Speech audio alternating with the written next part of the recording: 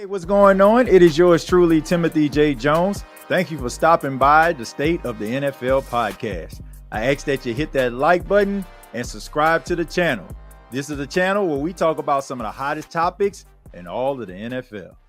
Hey, what's going on, sports fans? My name is Timothy J. Jones, and thank you so much for checking out the State of the NFL podcast, where we talk about some of the hottest topics in all of the National Football League.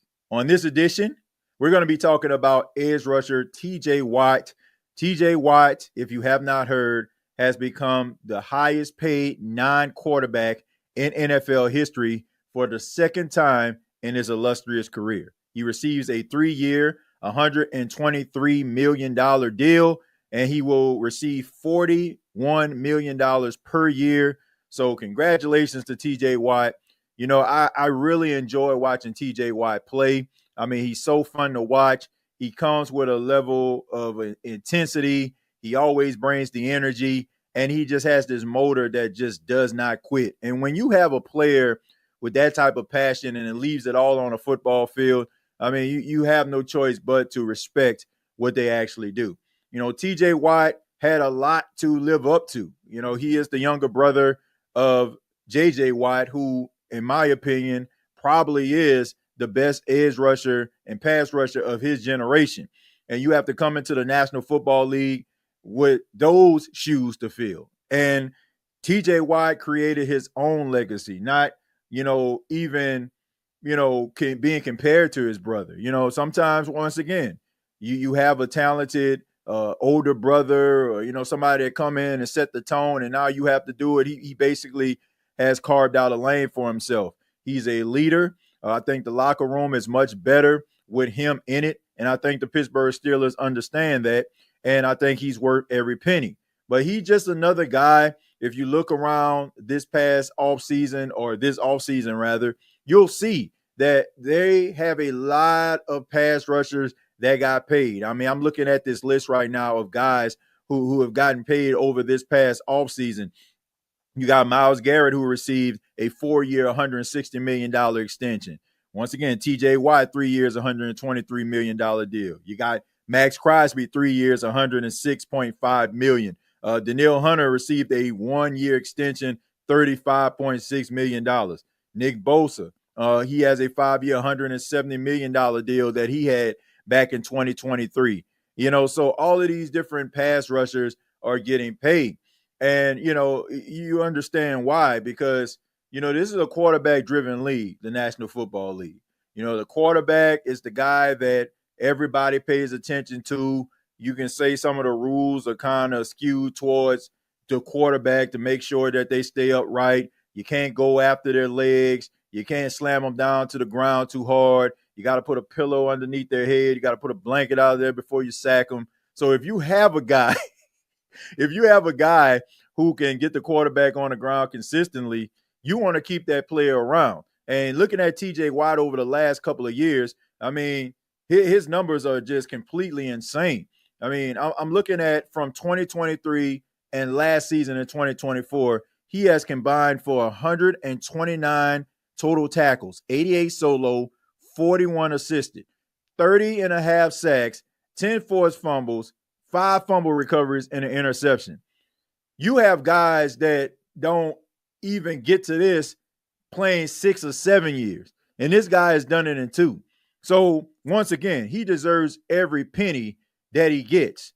But with that being said, when you have big-time contracts like this and guys continue to set the market, it seemed like this entire week it has been guys getting paid. We've seen Garrett Wilson getting paid, being a top 5 wide receiver, getting that extension.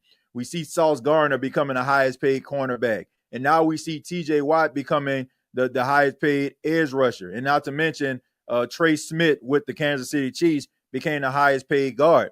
These teams are not afraid to pay guys. So my question is, what in the world are the Dallas Cowboys and the Cincinnati Bengals doing? What are they doing? The fact is, you got Trey Hendrickson, who is with the Cincinnati Bengals. He's pretty disgruntled. He's not happy with his contract. This is a guy who gave you 17 and a half sacks in back-to-back seasons, and he is looking for a new contract. he has played beyond what his contract entails, and he wants some new money. And you look at TJ Watt's contract, Trey Hendrickson is looking at it, and he's like, man, well, no disrespect to TJ Watt, but I'm up there with him. I'm putting up the same type of sack numbers. And Micah Parsons with the Dallas Cowboys. I don't know why they're dragging their feet with Micah Parsons. You know that he is an absolute beast. He's a freak of nature. Every offensive lineman that I hear talk, they always talk about how much of a matchup nightmare he is because of that quick first step in his pass rush moves. It's just unbelievable. They are continuing. I'm talking the Cincinnati Bengals and the Dallas Cowboys, continuing to kick this can down the road, and they're making situations worse for themselves because now you have more guys set in the market, and now you basically are going to have to pay more money. They're saying yesterday's price is not today's price. So now, you got Trey Hendrickson out here. He's going to be looking for TJ Watt money, and so is Micah Parsons. So my question is, what are they going to do? If you don't want Trey Hendrickson with the Cincinnati Bengals, man, how about just trying to trade this guy to a team that will be willing to pay him? I just don't understand the Cincinnati Bengals. I don't. Throughout the course of time, they always seem to find themselves in these type of stalemate when it comes to the contract negotiations. I can remember when Carson Palmer, he wanted to leave. They made it pretty hard for him. I can just think about, T. Higgins, that constantly been, playing on a franchise tag before they decide to pay him. And, I don't think that is really good business. And you have to understand, guys go into free agency every single year. And even though you have a very talented quarterback that is capable of getting you to the ultimate goal, which is the Super Bowl, and Joe Burrow, teams, like the Cincinnati Bengals might have a hard time trying to bring in free agents because of how they do business. Guys pay attention to that type of stuff. Agents talk to these guys, right? Some of these guys share the same agents. And when they see you operate the way that you do, it might make them less willing to want to come to play for your team, despite them knowing that all I have to do is do my job. Because what happens if, things fall apart, things go awry? Will they pretty much handcuff me to this team, not allowing me to go out here if I'm not happy?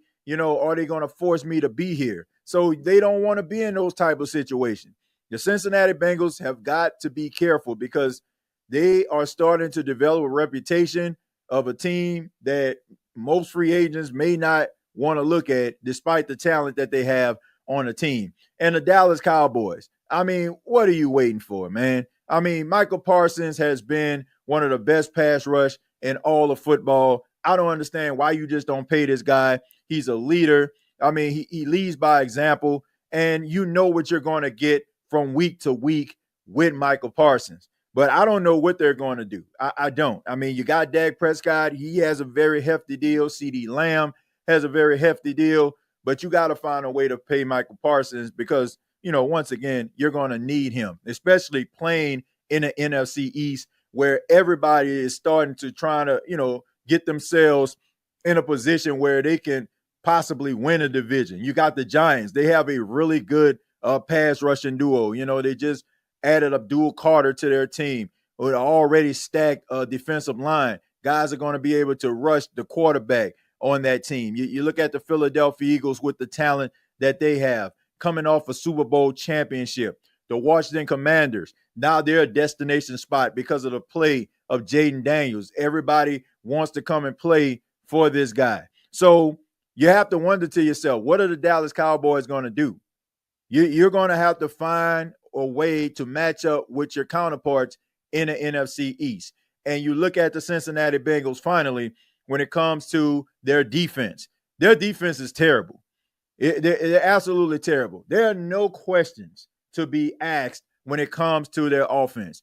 As long as Joe Burrow is the quarterback, as long as you have Jamar Chase and T. Higgins, guys like that on your offense, you're going to be all right. You know that you have a quarterback that is capable of taking over a game, an elite quarterback, an elite wide receiver crew. You're going to be all right. You're going to be able to put up the numbers. But defensively, if you move on from Trey Hendrickson, you already having issues with Shamar Stewart, your first round draft pick, who doesn't seem like, you all are meeting in the middle when it comes to his contract negotiations. So if you don't have these two guys, what are you going to have defensively? What you're going to have is some of these teams that, that had really good offenses but couldn't stop a nosebleed defensively. I think about the New Orleans Saints during a time when Drew Brees was out there throwing for 350 yards, but their defense couldn't stop anybody. I think about the Indianapolis Colts, all those years, them winning the division in the AFC South with Peyton Manning. But when it came down to it, their defense wasn't really that good. Now, they had some pass rushers in Dwight Freeney and Robert Mathis, but, there were some holes in their defense, when it comes to the linebackers and secondary. Putting up big numbers and the defense is not be able to stop anybody.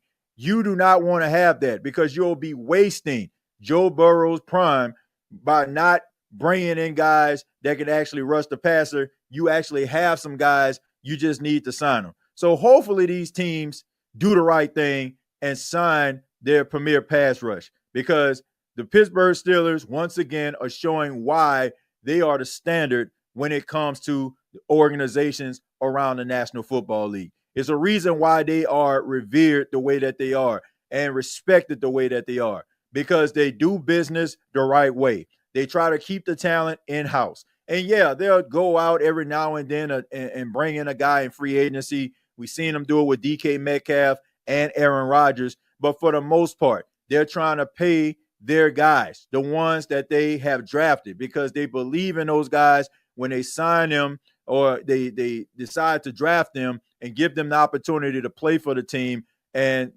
when the guys go out there and they make plays, then they're not trying to play around. They are going to keep those individuals on the team. That's why Cam Hayward is still there. You got Alex Highsmith. You got so many other guys who have proven that they are the leaders that you need them to be and the players that you need them to be. Cincinnati and Dallas, what the heck are you waiting for? But I would love to hear from you. What do you think about TJ Watt getting the contract extension?